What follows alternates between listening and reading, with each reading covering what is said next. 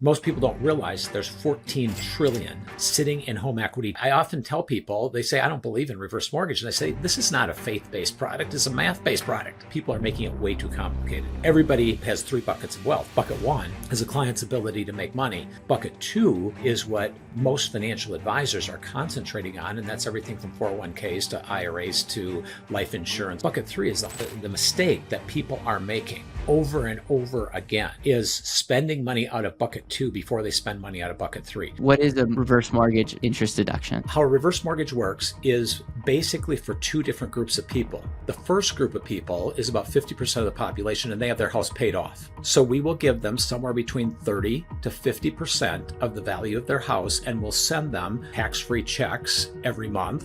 Or what's the big difference between that and just a home equity? Home equity loans have three problems. The first one is if you pull $100,000 out, you got to pay back. That's great if you're 30 years old. It's not great if you're 65. The second reason is if you have a variable rate today, could you lock it into fixed in the future if you wanted? Just like any regular mortgage, it's not a permanent decision. How does a reverse mortgage break down? All the costs, Caleb, are the same as any other regular mortgage. The difference is Harlan, welcome back to the BetterWealth channel and show. Hey, it's great to be here, Caleb. Thanks for the opportunity.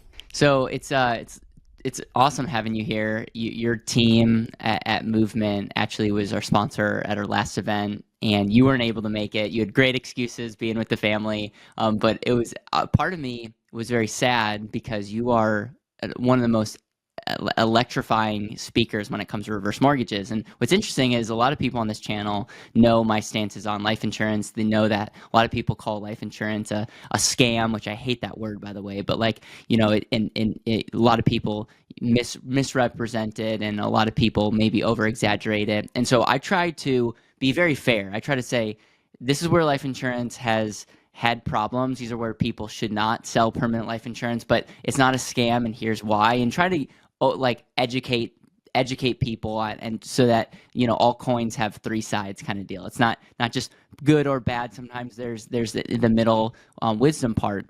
When it comes to reverse mortgages have, I think, an even greater negative stigma than life insurance, and sometimes rightfully so. And it can be one of the most powerful strategies out there when it comes to retirement planning. And with that opening, I want to create a masterclass on reverse mortgages where if someone's learned, like asking the question, should I do this for myself? They can watch this. Maybe an advisor's watching this and saying, I want to better understand reverse mortgages for my clients. They can watch this. And there's no better person, period, to talk about this than you. And so again, welcome to the show. And I'm excited to have some key takeaways as well, because I've seen you present a couple times, and every time you present, I write something down or say like that's something that not only applies to reverse mortgages, but that analogy will help me in other areas of my life. Well, that gives me a huge responsibility, but I'm willing to go after it because this is one of the biggest single mistakes, one of the biggest single important issues from a financial perspective in our generation. I'm part of the baby boomer generation, which is talked about a lot, one of the largest generations, the largest generation that's ever lived on the earth.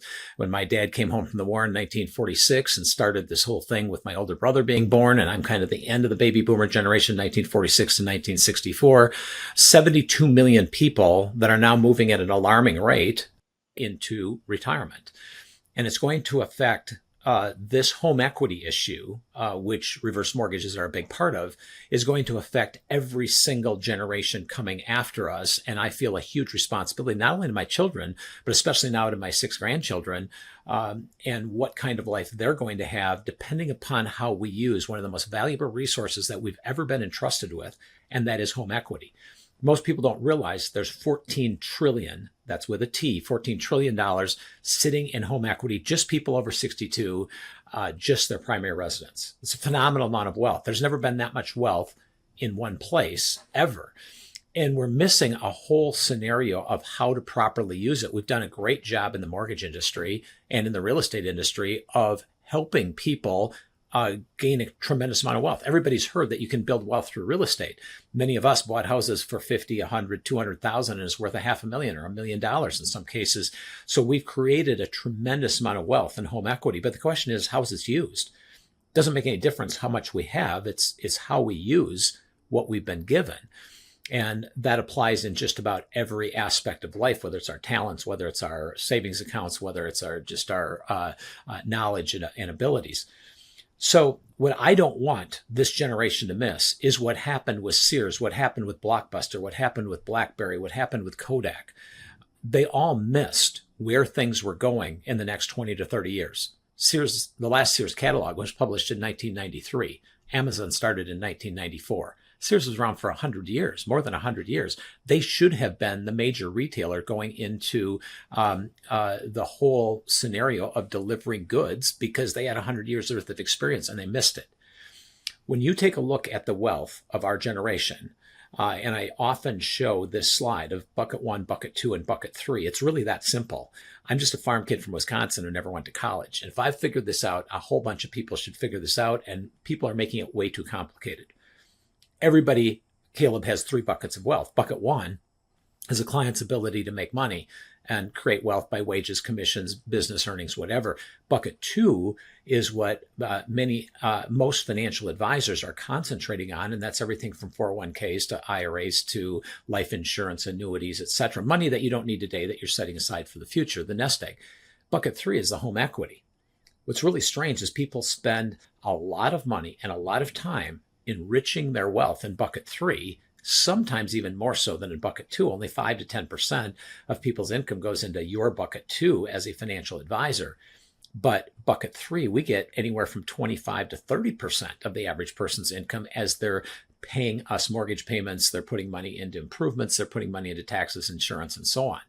So there's an incredible amount of wealth sitting in bucket 3, very evenly distributed. 80% of the people in my generation own a house. And many of us own 2 or 3 houses, investment properties, second homes, whatever. So the mistake that people are the mistake that people are making over and over again is spending money out of bucket 2 before they spend money out of bucket 3. This is a very basic paradigm shift, and everybody thinks a reverse mortgage, home equity, is the ace in the hole, the loan of last resort, the last place that you go for money. If I'm broke, then maybe it makes sense to do a reverse mortgage. And unfortunately, most financial advisors think the same thing. Most attorneys, most real estate agents, most mortgage people are perpetuating this idea that you don't use home equity until you're broke, that's the last place you go to. The math, I often tell people, they say, I don't believe in reverse mortgage. And I say, this is not a faith-based product. It's a math-based product. If you look at the facts, then this is what it shows. And what it has shown with thousands, hundreds of thousands of Monte Carlo simulations, which a computer can do sometimes in seconds, proves over and over and over again that bucket 3 should use before bucket 2. I've proven that in my own personal situation, along with thousands of clients over the years, that if you use the home equity first and you make it a part of your planning right from the beginning, that then the bucket 2 will last longer. And 3 major things happen. You have more cash flow, which is kind of important. People say money isn't everything, but it's reasonably close to oxygen. You just need it. And secondly, your tax bill goes down. This is a huge tax strategy, especially for people that are wealthier, that have more money in bucket 2. And often net worth goes up, and thus legacy to the next generation and the next generations as you're looking at kids and grandkids. So it just bothers me that people look at this as kind of a fringe thing that, yeah, I believe in reverse mortgages, but I'll use it when I don't need it anymore. Whereas it's you don't just go to an umbrella when it starts to rain. You've got an umbrella before it starts to rain. That's really the important thing of using that bucket 3 long before it becomes a necessity. Yeah, Harlan, you said a lot of things, and so I want to just recap a couple. So number 1, you talked about Monte Carlo simulation. What is that for the listener who maybe doesn't even know what that means? Yeah, I shouldn't have glossed over that. A Monte Carlo simulation is simply a statistical analysis of putting everybody's different financial situation. And somebody that's got a lot of money in bucket two, somebody that's got several million in bucket two, to some people that have a couple 100,000 or maybe 50,000 or whatever. Somebody that has $1 million house that's not paid off, or a $500,000 house that's completely debt free. And looking at, okay, as they go into retirement, based on this amount of need of income, what happens and what is the possibility of them getting there, whether they're using stock market investments, whether they're using bonds, or whether they're using life insurance, annuities, et cetera, and looking at all the different possibilities of how do you get to the end of your life without running out of money. Yeah. And it's looking at thousands and thousands of scenarios and black swan events and all, and then saying like, that's where the 4% rule historically came to say like, hey, if you take out like over 30 years at 4%, you'll have a rate of failure of X. Well, now if you factor in these products and strategies, now your rate of failure decreases, or you're able to take out more money with the same rate of failure. And so what you're saying is a reverse mortgage, instead of being looked at as a fringe, like academically, people, if it's used in a retirement strategy, could either decrease your chances of running out of money or increase your cash flow with keeping the same risk. Am I articulating that properly? Yes, exactly correct. In fact, Money Guide Pro, for example, is one software program that shows the possibility of getting to 90 years old, or 95 or 87, or whatever number you want to put in. What's the possibility of getting there without running out of money? We have sometimes put in people that were at 50, 60, 70% chance, meaning that there was a possibility of a 30, 40% chance of failure. And we put in the reverse mortgage and took away their payment at 62 instead of them continuing to make payments as most people are used to. Or we put in additional tax-free income coming out of bucket three, out of their house, or starting at 62. Many times we take it from 50, 67% right over to 99%. There was virtually no chance they were going to run out of money if the reverse mortgage was implemented early in retirement instead of as a defensive scenario at the end when everything went bad and the stock market went bad, or their long-term care needs went way up, or whatever the situation is. So it dramatically increased the chances of getting to the end without running out of money and without running out of cash flow. Okay, so before we get into what is a reverse mortgage, because I really want you to break down like what it is, what to avoid, if you're going to do this strategy, what to look for. Obviously, you could be somewhat biased because you represent an amazing company that people can actually work with you. So just so you know, we can have your information down below if someone wants to reach out to your team. But because sometimes I'll just put myself in the listener's shoes. Sometimes you can get the message that life insurance is a good thing, which it can be, but it might not be. And so it's like at the end of the day, the last thing I want is someone going to a random insurance person and saying, "Hey, can you set?" So that's an example of the reverse mortgage that I want to like. I have a feeling that not all reverse mortgages are created equal, and there's a reason for the negative stigma. So before that, you talked about it. There's a tax benefit to a reverse mortgage. What is that tax benefit? Because you said like you pay less in taxes if you have the strategy. So in my situation, if you already have a reverse mortgage and you're right now dealing with if you're already dealing with a mortgage, you already have a mortgage on your home when you reach 62, like I did. At that stage, you convert your reverse mortgage into your forward mortgage that you got to make payments on every month into a reverse mortgage where you don't have to make payments. All you do is eliminate the payment, and then interest continues to build. I have used that to be way above my standard deduction, because some people just take their standard deduction. I'm way above that standard deduction when I take a reverse mortgage interest deduction every 3 or 4 years. Last year, for example, I personally saved $34,000 on my taxes. What is a reverse mortgage interest deduction? The reverse mortgage interest piles up. So let's say, for example, that my interest is $30,000 a year that I'd normally be making payments on.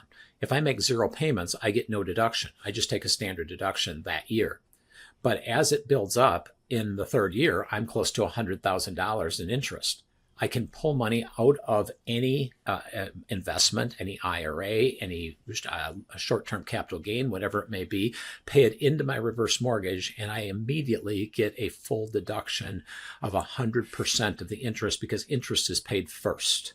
Oh, interesting. Oh, that's really interesting. And then you technically could have access to that money. And then, yes, the next step is people say, well, that's great, but you just lost $100,000. No, you can pull that money back out tax-free whenever you want and reborrow it, which you can't do with a regular mortgage without refinancing, and then put that money back into play as part of your cash flow or your investments, which is exactly what I did. And so I got that 1098, and now I can do it again in another 3 years. I wrote an article about that specifically for NASDAQ.com, 4 or 5 pages of exactly how that works in coordination with help from a tax attorney that specifically goes through how that works. Because you're either taking the standard deduction or you're kind of getting the best of both worlds. Okay, so before we get into what is reverse mortgage, you talked about the 3 buckets, how you make your money, which is very, very important, especially if you're under the age of 40 or 50. Making money really should be something that you focus on, and there's a lot of different ways that we could dive into that, but that's not what we're going to talk about today. Second thing is how you invest, where you save your money. Obviously, insurance, the market, real estate, all kinds of alternative investments. We're not going to talk about that. That's a big bucket. Trillions of dollars are in that bucket, and that's great. We're not going to talk about that, but that's where, candidly, most of my energy goes into on the show, is talking about that second bucket. Third bucket is your primary residence, most likely. And the typical advice is, get to a place where your house is paid off. That's like the American dream. Like, have a paid off home, and then, you don't have that mortgage. You get to live in that house, and then you live off of mainly bucket 2, because the idea is you'd be stopping to work. And so bucket 2 would kind of keep you afloat. What you're saying is the reverse mortgage is a tool, not to as the last resort, not as a thing. I always think of the commercials, you're almost like reverse mortgage is like you have a ton of debt that you need to refinance and get reverse mortgage. So we got to get that stigma out. You're saying even if you're wealthy, even if you have millions and millions of dollars in sophisticated investments, you should look at reverse mortgage as a strategy to be more efficient. Those that watch this show know that efficiency for me is a no-brainer. If I can be more efficient, remove friction to get to where I want to go, why wouldn't I do that? And so with that, what is a reverse mortgage? If you can explain it like I'm a 4th grader, and then what is it? And then how does it work? And why does it work? Because I believe the government makes it possible. And again, I'm not a big fan of government intervention, but I take advantage of tax strategies all the time. Not whether I think they're smart or not, I'm going to take advantage of the tax strategy. And so it's one of those, the government, I believe, gives us certain things. We may not agree with that, but I believe it's our moral obligation to be as efficient as possible and use any type of ethical resources that we can use to make that possible. And that's very much how I view strategies like reverse mortgages. Well, that's so true, Caleb. Even though people don't like the government, I have never seen anyone refuse Social Security or not sign up for Medicare if it's something that is part of their overall program. So the issue is this. Let's back up just a little bit before I explain exactly how the reverse mortgage works. You talked about efficiency. That is absolutely the critical issue that we talk about all the time. If I came to you, Caleb, and I said, I've got $1 million, I want to put it all in Apple stock as my advisor because I think Apple stock is going to do really well.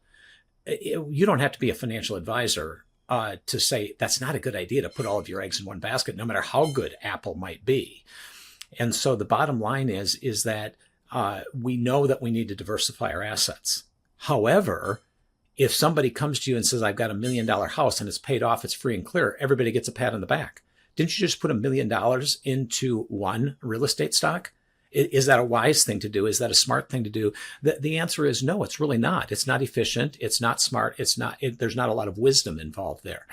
So, but the reason that people pay off their mortgage is because they want a zero payment, which is a wise thing. And without question should be done as you head into retirement. I am not a fan of anybody making a mortgage payment in retirement 98% of the time. There are some reasons to not do that, not to have, or to still have a mortgage payment, but most of the time it doesn't make sense. So the only thing a reverse mortgage simply does is allows you to have a zero payment for the rest of your life. So you can borrow money and not pay it back until a year after you're dead, or whenever you want to for tax purposes, like I did last year. So how a reverse mortgage works is basically for two different groups of people. The first group of people is about 50% of the population, and they have their house paid off. So we will give them somewhere between 30 to 50% of the value of their house, and we'll send them tax-free checks every month, or we'll set up a line of credit that they pull money out as they need it, as they want it. So that's the first group of people. You've got your house paid off, you put too much money into that asset, and you'd like to get some of it back, and you want to pull it out. What's the big difference between that and just a home equity that you could get? I hear that all the time. Hey, I can go down to the bank anytime I want and just set up a home equity loan and I can get money out. Home equity loans have three problems. The first one is if you pull $100,000 out, you got to pay back not only $100,000, but $150,000 or $180,000 or $200,000. So you haven't gained anything in cash flow. You're continuing you pull money out, but you got to put it back in. That's great if you're 30 years old. It's not great if you're 65 and headed for not working anymore. So the second reason is you can't always get money. People forget that in 2009, after the crash, it was very difficult to get a home equity loan, extremely difficult. And plus the value of your house went down, so you weren't getting very much if you could get the loan.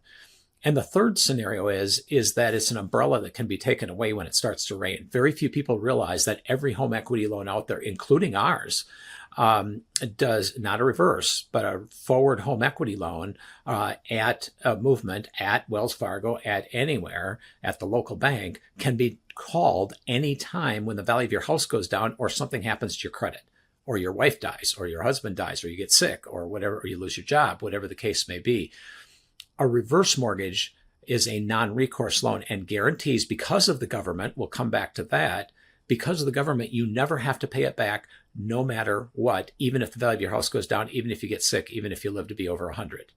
That is the difference between a home equity loan, which is great for young people, and we encourage the use of it, but it is not something that should be used for people my age, because for young people like yourself, what's the chance of your income going down or you dying in the next 30 years? Not very high. For my wife and I, very high that we're going to die at 65. We're going to die within the next 30 years, or our income is going to go down over the next 30 years, either because we aren't able to work or we don't want to work. So the issue is that a reverse mortgage line of credit guarantees that I have access to that money without paying it back, even if the market gets bad. And even if the value of the house goes down, and you're essentially locking it in, even though you may not need the money today, you're locking in your option that no matter what happens, that there's guarantees backed by the government. I believe you can explain how that works, and not just on a bank, calling the loan or saying, hey, like HELOCs normally are interest only until they're not. And so it's like, yeah, interest only until they call it. And with the reverse mortgage side, like you're essentially, pretty much saying I have access to money and never have to go out of pocket to finance that. And so you're almost like you have access to money. It almost feels like you get your cake and eat it too. And in a little bit, it's not free, because obviously that interest is compounding, and that we can talk about that. But over time, from a cash flow perspective, you have access to capital without having the future need to shell out money to make that right. Well, that's exactly correct. When you think about non-recourse is a technical term. But non-recourse simply means I'm not responsible for paying it back. When I signed my reverse mortgage with my wife 3 years ago, I signed a form that said release of personal liability. I've never owed over $500,000 to somebody or some entity and not being personally responsible for it. My house is responsible for it. And if my house isn't worth enough at the end, the U.S. government, through the program of an insurance program, which has never cost the taxpayers anything because it's an insurance program, but it is a government-backed insurance program that guarantees that no matter how long I live, no matter what the value of my house is, I can never leave a debt behind for my wife or for my kids or for my grandkids. That is an extreme amount of protection. In my book, I call it the fairy godmother in the Cinderella book, because So if you were quote unquote underwater, it would not pass on to your. So the idea of being a burden to your, you know, family or, you know, estate is impossible with the reverse mortgage. exactly correct. My uncle died in 2009, right when the crash happened. His house went down half in value, dramatic difference. And fortunately, he had $300,000 left in other places, but the $50,000 that he's underwater on his reverse mortgage loan was completely wiped away with no tax consequences, and he didn't have to worry about it, nor did his heirs. Of course, he didn't have to worry about it. He was dead, but his heirs didn't have to worry about it. His grandchildren didn't have to worry about it. It was wiped out by the insurance program. And everybody that understands insurance, that's pretty clear that you don't have to, if you crack up your car and it's a $50,000 car, you don't have to come up with $50,000 because the insurance is going to take care of the shortfall to get you a new car. Same thing happens with the insurance program with the reverse mortgage. Now, that's where a lot of people say, where there's smoke, there's fire. There's got to be a reason why people hate reverse mortgages. If you buy an uninsured reverse mortgage, or you go with some private investor who is doing what's called an equity share loan, that's a whole different deal. We don't deal with any of those, Caleb. Those are things that are extremely dangerous and should be stayed away from. And that will steal houses from widows. And that will kick people out of the house when they're in their 80s. And that will cause the inheritance to go away on the house. That's a whole different deal, and not an insured government reverse mortgage that we deal with. Okay, let's break down what is reverse mortgage and like the steps on how you would go about it. I believe you have to be a certain age, 62, if my memory serves me well. So for people like myself, we can take notes, and maybe our parents or grandparents as an option. But I can plan in such a way that this is an option potentially. Who knows? But if you're someone that are in your 50s, 60s, 70s, and have not utilized this is something that, like, get your notepad out, because this could be something that you could utilize or look into that could be a game changer for your finances. Well, and young people like yourself, Caleb, you should not be spending a ton of money trying to pay off your house. Because if you spend all that money paying off your house, you cannot put money into life insurance. You cannot put money into annuities. You can't put money into AUM. That's why I like this concept. It's the same concept across the board. It's like the reason I'm a fan of a 30-year mortgage is the same reason why I'm a fan of reverse mortgages in planning. It's the same concept. It's not like I'm, 30 years I believe in compound interest, but then I turn my brain off after that. It's like, no, I want to be consistent. I want to reduce risk, compound my money, increase cash flow. And reverse mortgage, when set up properly, does all three of those. Exactly. I learned about this when I was in my 40s. So I understood reverse mortgages in my 40s. So I put less money into bucket 3 into my house. So I now have hundreds of thousands of dollars into cash value in my life insurance that is immediately accessible to me, even though I don't have my house paid off. But I'm better off cash flow wise, I'm better off tax wise, and I'm better off net worth wise, because I did not put all the money into the wrong bucket when I was in my 40s and my 50s. Now, once you get to 62, and in many states at 55, there's proprietary reverse mortgages that are outside of the government program that are still non-recourse. So in some states you can do it at 55, but everybody can do it at 62 when in all 50 states with the home equity conversion mortgage, which is the government program, and it serves houses up to 1.2 million. So most people are able then to do it at that point. So option A is what we already talked about. You get your house paid off, you can pull money out, either in the form of a line of credit or monthly checks. However, the people that can benefit the most are the people that are still making a mortgage payment that should not be. And I probably told you this before, but many years ago, I was snoring really loud and my wife elbowed me really hard in my ribs. And I woke up in the middle of the night and I said, over 62, 50% equity, still making a mortgage payment. And she said, you are sick. All you do is think about reverse mortgages. Well, that's what you call top of mind when you wake up in the middle of the night. If you're over 62 and you have more than 50% equity and you're still making a mortgage payment, you have to question why you're still sending money to that place. It's not efficient. And you can send money there if you wish, but does that make sense? Those are the people that we want to get to first, because if you're over 62 and you're still making a mortgage payment when you have more than enough equity in your house, why are you doing that? What is the purpose of that money? You look at the purpose of what you send your IRA, you look at the purpose of what you're sending to your life insurance, annuities, everything else. Why are you sending money there when you don't have to? Because if you got a letter in the mail that said, Congratulations, you've reached the age of 62. You've got more than enough equity in your house. Your mortgage payment is now optional for the rest of your life. Would you really continue to send money there?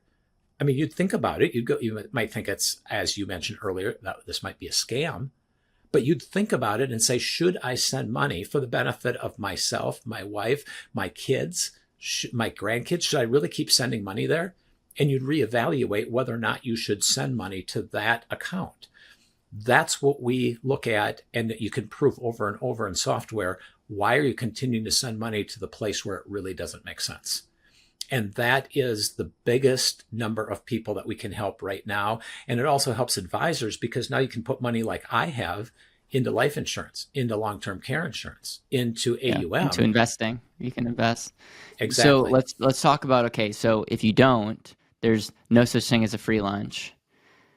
So if I can stop my payments, that's great. I have that cash flow that I can invest, that I can spend. But what's happening? How do the reverse mortgage side still needs to financially make sense for the other party? So talk to me about how that works. Yes. So everything in life is a trade-off. If you decide to get married, that means that you're not in the dating scene anymore. Maybe a silly scenario, but most people that are married, their spouse really doesn't want them to continue to date. So everything is a trade-off in whatever we do. We give money to the car dealer so we can have a car instead of a bicycle. When you go into a reverse mortgage, that may seem like a silly comparison, but everybody is hung up and in love with their home equity. Well, just a minute. If I give up some home equity, in the last 3 years, Caleb, I've given up $100,000 in home equity in the form of interest that I am giving to the reverse mortgage company. I am happy to give that up because I've gained more in bucket 2 than what I've lost in bucket 3. So even though I've lost technically $100,000, I didn't lose it. I traded it for cash flow so I could send more money to my advisor and less money to my house. So I have less equity, but I have more cash. That is the trade-off. So, we don't do this for free. We're a mortgage company. We're in the business of lending money and collecting interest. We are not in the business of taking people's houses away. We're not landlords. We're lenders. So we are lending money, knowing that we're going to get not only our money back with the government insured program, but we're also going to get interest back.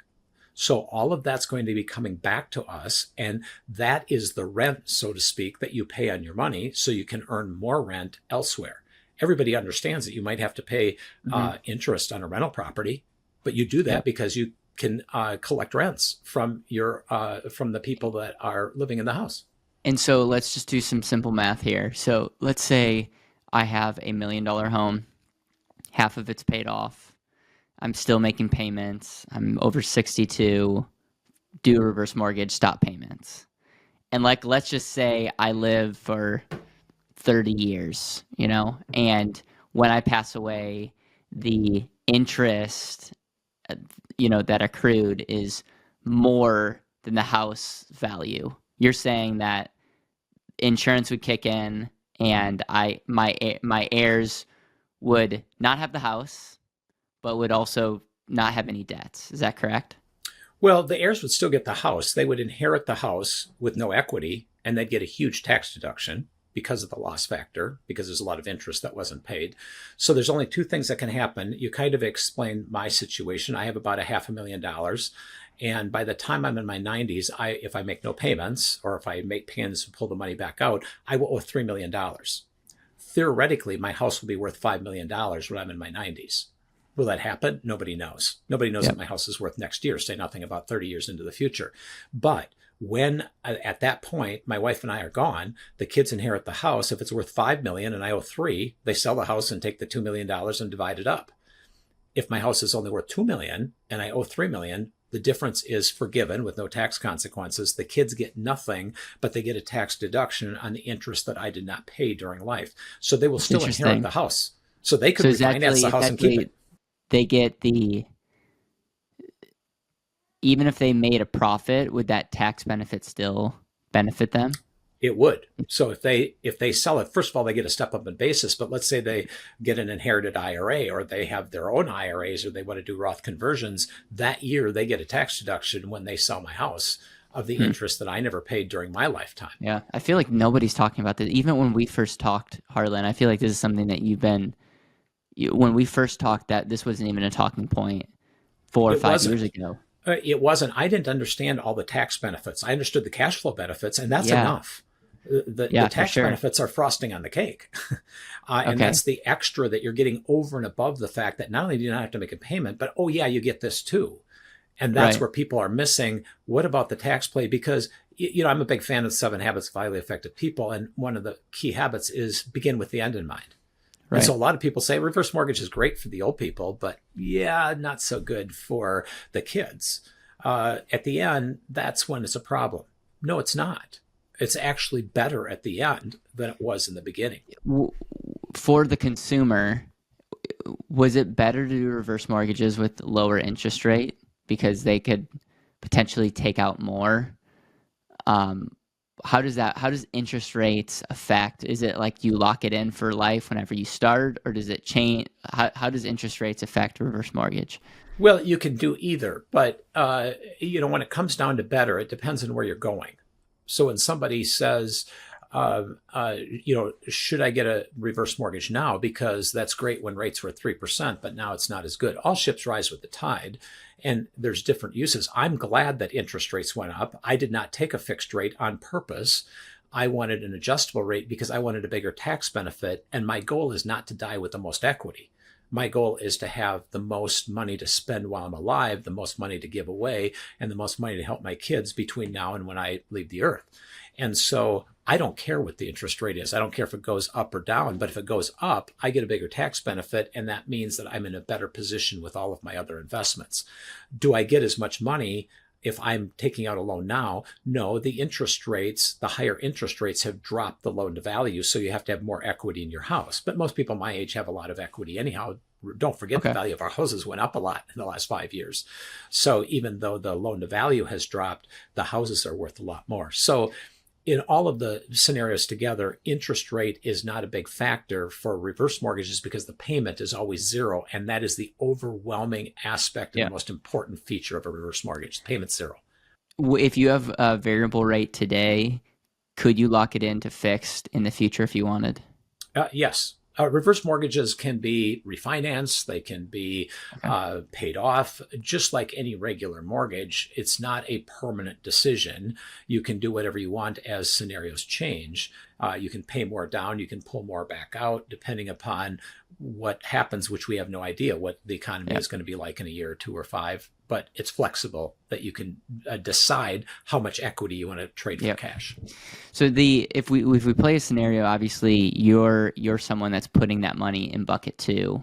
I would imagine lots of people are probably not putting money in bucket two. They're just spending, like their quality of life is going up, which indirectly helps bucket two because it might mean that they're spending, like they have to spend less in bucket two because the money that they were putting towards their mortgage now is being spent.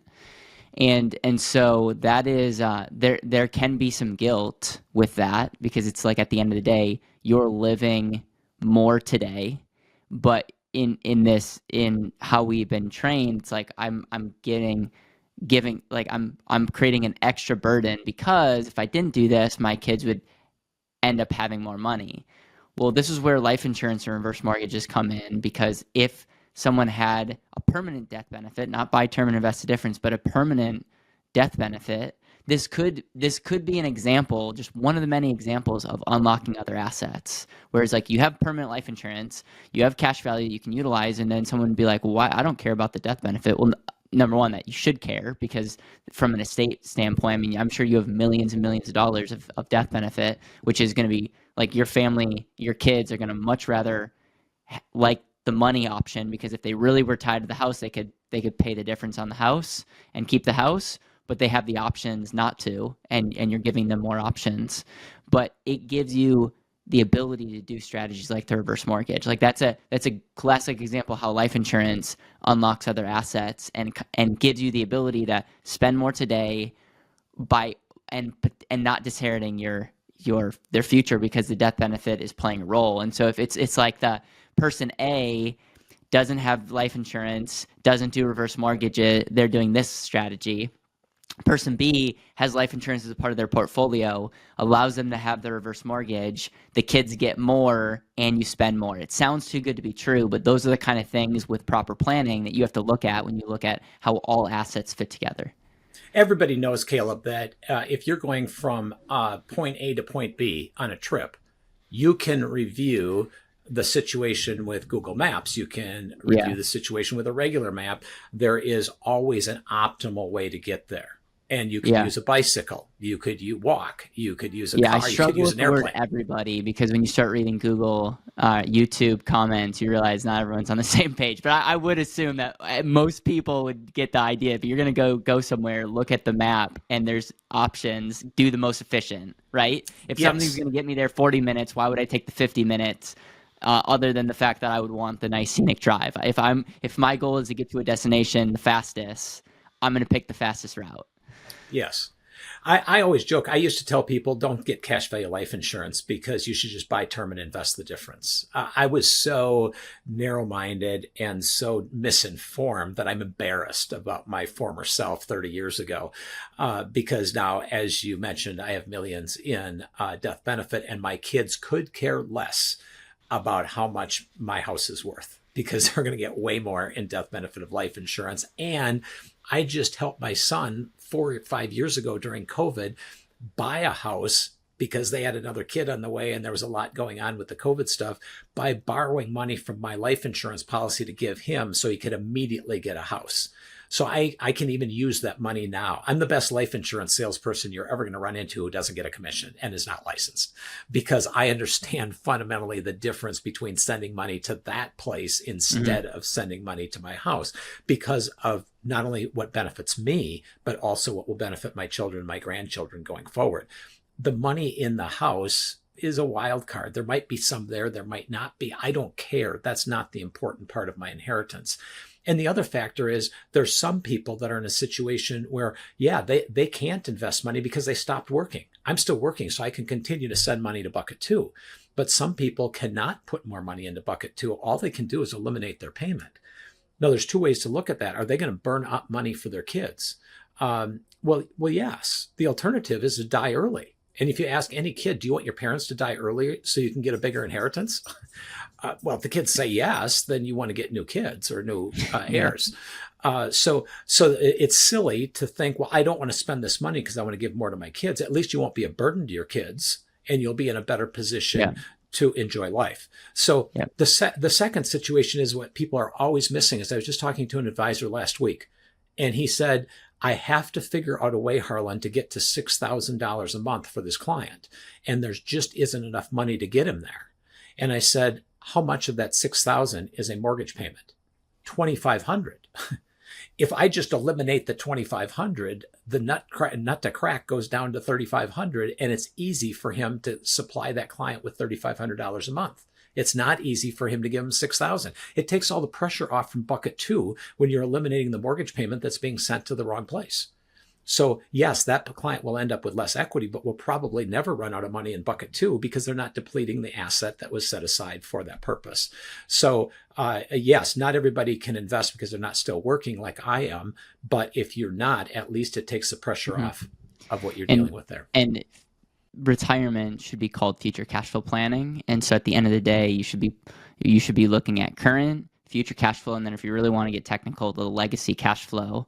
And those are the three scenarios. But I find that a lot of retirees are not thinking with the end in mind when they're saving, they're investing, but they're not doing it for like, a lot of times the education's not there to say, like, I'm gonna do this to translate this into maximizing income, reducing risk. Because those are the things that should always be in every good planner's mind, is how can I increase cash flow, reducing risk, while maintaining or increasing legacy. And if you can do all three of those, that's like every decision has a variable. And what you're saying is a reverse mortgage, when set up properly, when not looked at it as the last resort, can help in all three of those areas.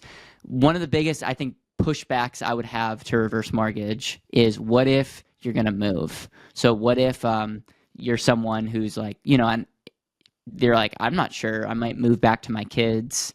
I'm 60. I love Wisconsin now, but it's like Wisconsin gets cold. gets super cold. It gets super cold.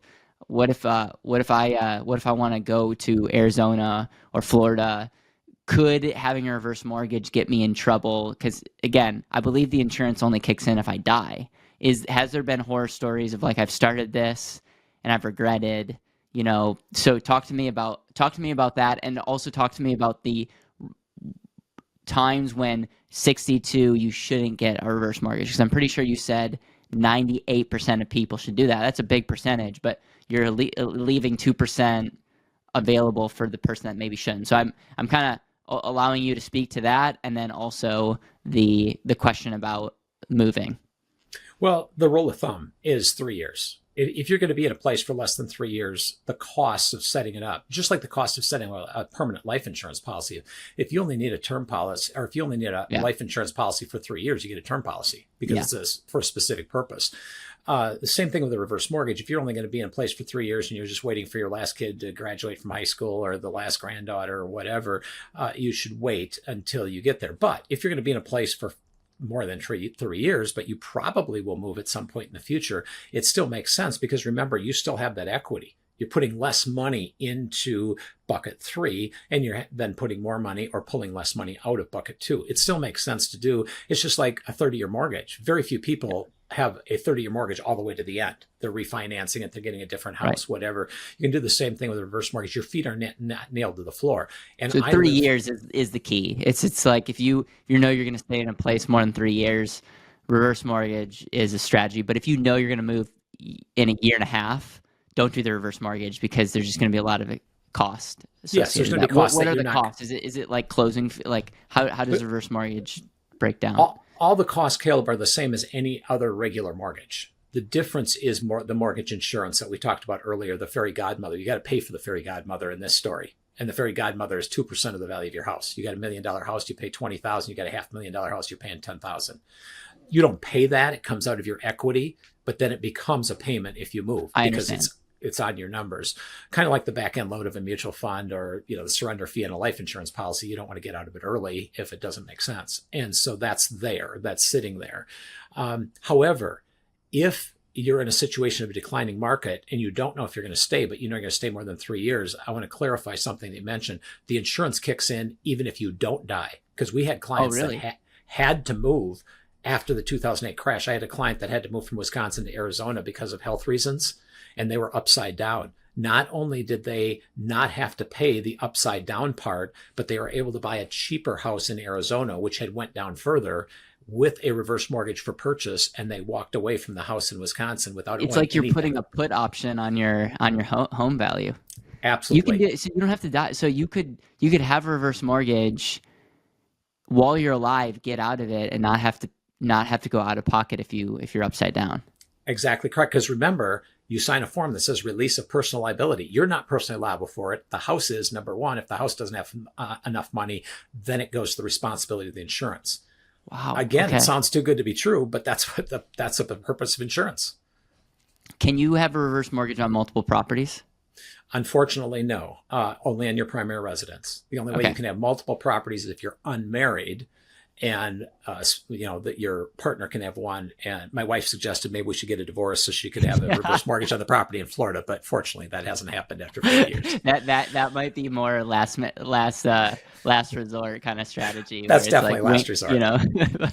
Very true. Can you imagine if that was a chapter number 13 in your book? Like, hey, if you really want to take this to the next level, here's how you do this. Yes, that's not recommended, but you may lose some tax benefits in the process. We would have to run a calculation and see the pros and cons. Don't recommend it. I'm not endorsing that. I just love creative strategies. That's very interesting. Yes. But the bottom line, coming back to what you're saying, is that it always makes sense once you're past 62, almost always. Nothing is, always and never. But to do a reverse mortgage, and you can always make optional payments if you wish. So you can treat a reverse mortgage just like a forward mortgage. If somebody says, I just like forward mortgages because I don't want to lose equity. Okay, then you get a statement every month.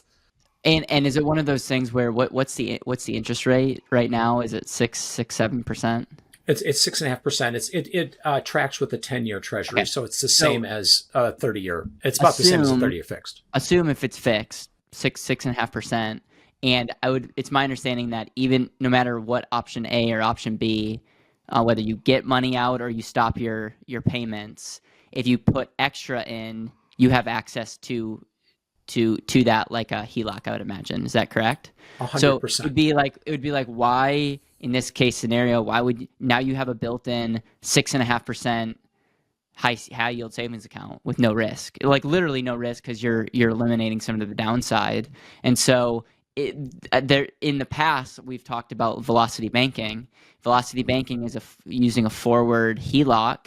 There can be some strategy, there can be some pros to it, but there's a lot of risk, as you can imagine, of telling someone to put all their money in a HELOC, that something can go away tomorrow. Like there's, interest rates, and like I would never tell someone to refinance a 30-year, mortgage into something that's like a forward facing high interest rate HELOC. But like you can see the benefit of like putting all your money there, and like there's some benefits to that. You can take some of the good of velocity banking, use it in your reverse mortgage if you'd like. And if you have money and you're like, where should I put it? I could put it in my high yield savings account that's going to earn 4%, or you could put it in your reverse mortgage, and it's an equivalent of you making additional 6.5%. Even though you're not as worried about the you wouldn't want to do that if you're underwater, right? But I'm just talking out loud here around like you could do that and you still have access to that whenever you need it.